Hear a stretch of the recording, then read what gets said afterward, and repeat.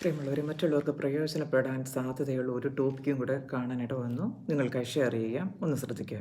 പ്രസ്തുത video big boss നമ്മുടെ സമൂഹത്തെ എങ്ങനെ സ്വാധീനിക്കുന്നു. ബിഗ് ബോസ് കഴിഞ്ഞു, ആരാണ്ടൊക്കെ കപ്പൊക്കെ മേടിച്ചിട്ട് പോയിട്ടുണ്ട്. ഇത് ഞാൻ കണ്ടിട്ടില്ല, ഇന്നേ വരെ ഈ ഒരു പ്രോഗ്രാം കണ്ടിട്ടില്ല. പക്ഷേ ഒരു കാര്യം എടുത്ത് പറയട്ടെ, ഈ ഒരു പ്രോഗ്രാമിനെ ഡീഗ്രേഡ് ചെയ്തല്ല ഞാൻ സംസാരിക്കുന്നത്, പൊതുവെയാണ്. ഇപ്പോൾ ഒരു ഡോക്ടറാണ് അതിനെക്കുറിച്ച് എന്തോ പറയുന്നത്, ഒന്ന് ശ്രദ്ധിക്കുക. ഒന്ന് ആലോചിച്ച് നോക്കുക, ഒരു കുടുംബം രാത്രി ഭക്ഷണത്തിനായിട്ട് ഇരിക്കുന്ന സമയത്ത് ടി വി ഓൺ ആണ്. ഓക്കെ, അപ്പൊ സ്ക്രീനിൽ നിലവിളിക്കുന്നു, അതുപോലെ അങ്ങോട്ടും ഇങ്ങോട്ടും ചീത്ത വിളിക്കുന്നു, കലഹം, കണ്ണീര്, അപമാനം.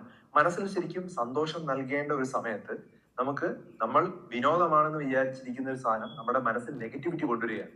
ഇത് സാധാരണ ഒരു പരിപാടിയല്ല. ഇന്ത്യയിലെ തന്നെ ഏറ്റവും വലിയ ഒരു റിയാലിറ്റി ഷോയെ കുറിച്ചാണ് ഞാൻ സംസാരിക്കുന്നത്, ബിഗ് ബോസ്. ഇതെന്റെ ഒരു പേഴ്സണൽ ഒപ്പീനിയൻ ആണ്. ആക്ച്വലി ഹിന്ദിയിൽ സൽമാൻ ഖാനും അതുപോലെ മലയാളത്തിൽ നമ്മുടെ പ്രിയപ്പെട്ട മോഹൻലാലും ഒക്കെയാണ് പ്രമുഖ താരങ്ങളായിട്ട് അവതരിപ്പിക്കുന്നത്. മില്യൺ കണക്കിന് ആളുകളാണ് ഇത് ദിവസവും ഈ ഒരു പരിപാടി കാണുന്നത്.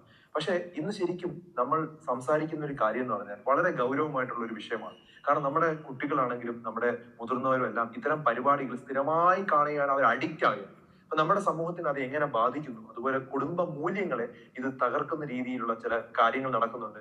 നെഗറ്റിവിറ്റി കുറെ പരത്തുന്നുണ്ട്. നിങ്ങൾ ആ വീഡിയോ എടുത്ത് നോക്കിയാൽ മനസ്സിലാകും. ഡോക്ടർ വളരെ വിശദമായിട്ട് അതിനെക്കുറിച്ച് പറയുന്നുണ്ട്. അപ്പോൾ എൻ്റെ പേഴ്സണൽ ഒപ്പീനിയൻ ഞാൻ പറഞ്ഞിട്ടുണ്ട്. ഇത് ബിഗ് ബോസ് തന്നെയല്ല. നമ്മൾ എന്ത് കാണുന്നു, നമ്മുടെ മുമ്പിൽ കാണുന്നത്, സ്ഥിരം നമ്മൾ കാണുന്ന വസ്തുത എന്ത് തന്നെയാണെങ്കിലും അത് നമ്മുടെ സ്വഭാവത്തെ ബാധിക്കും. തീർച്ചയായിട്ടും നമ്മളെ ഇൻഫ്ലുവൻസ് ചെയ്യും.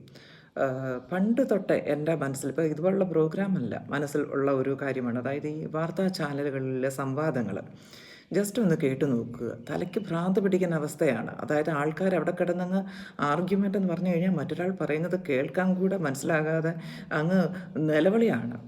കണ്ടിന്യൂസ് ഇത് കുറേ നേരം കേട്ട് കഴിയുമ്പോൾ നമ്മുടെ തലയ്ക്കകത്ത് തന്നെ ഒരു പെരുപ്പ് ഫീൽ ചെയ്യും. സ്ഥിരം ഇതുപോലുള്ള സംവാദങ്ങൾ കേൾക്കാൻ ഇടവരുന്നവരുടെ സ്വഭാവത്തിലും അങ്ങനെ കേൾക്കുന്ന ആരെങ്കിലും ഉണ്ടെങ്കിൽ അവരെ ശ്രദ്ധിച്ചാൽ മനസ്സിലാകും, അവർക്ക് ആ ഒരു നേച്ചർ ഉണ്ടാകും.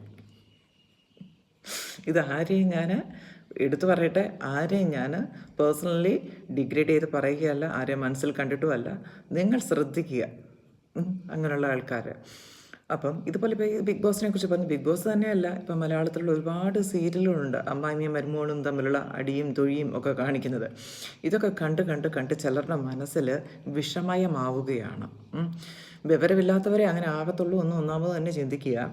അപ്പോൾ നമ്മുടെ സമൂഹത്തിൽ എല്ലാവരും അങ്ങോട്ട് പഠിപ്പും വിദ്യാഭ്യാസം ഉള്ളവരൊന്നും അല്ല, സാധാരണക്കാരാണ് കൂടുതലുള്ളത്. അങ്ങനെയുള്ളവരെ ഇത് കൂടുതൽ അഫക്റ്റ് ചെയ്യുകയാണ്, ഈസിലി ഇൻഫ്ലുവൻസ്ഡ് ആവുകയാണ്.